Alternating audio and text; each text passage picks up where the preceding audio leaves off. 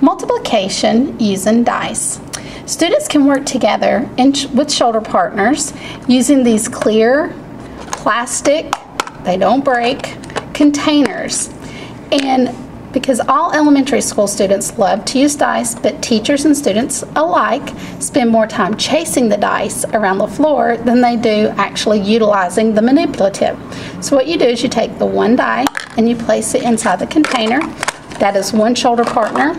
The other shoulder partner takes their die and places it in the container, and then you shake it and you get two numbers.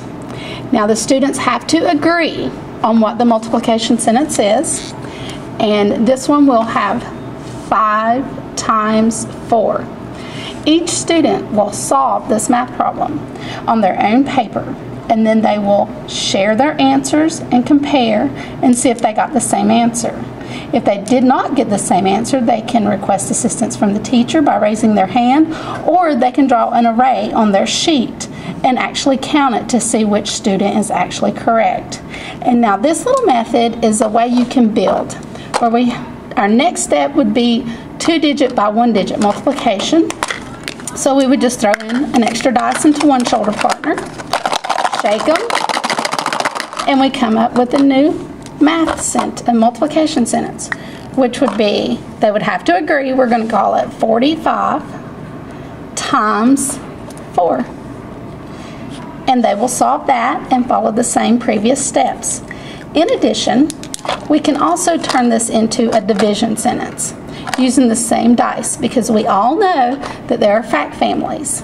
So we could have, our divisor is 4, we would have 45 divided by 4, and the students could actually work both problems. This also works to go ahead and move on to 2-digit by 2-digit multiplication, where the students will shake up and they'll have 14 times 65. 14 times 65, and solve and share. And the next step would be the 3-digit. So we could throw a 3-digit by 2-digit in there, and the kids' shoulder partners shake it up. They agree on a number, and this can be done with 3-digit by 2-digit, or to start out a little bit easier, you might want to take one dice out.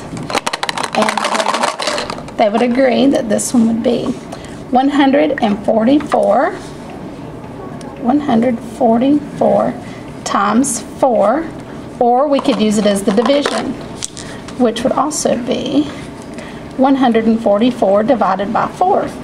And then they can compare and see if they were correct. And again, if they run into issues, they can raise their hand and ask for help. These papers can be turned in so that the teacher can make sure that the students are staying on task and are arriving at correct answers. There you have it.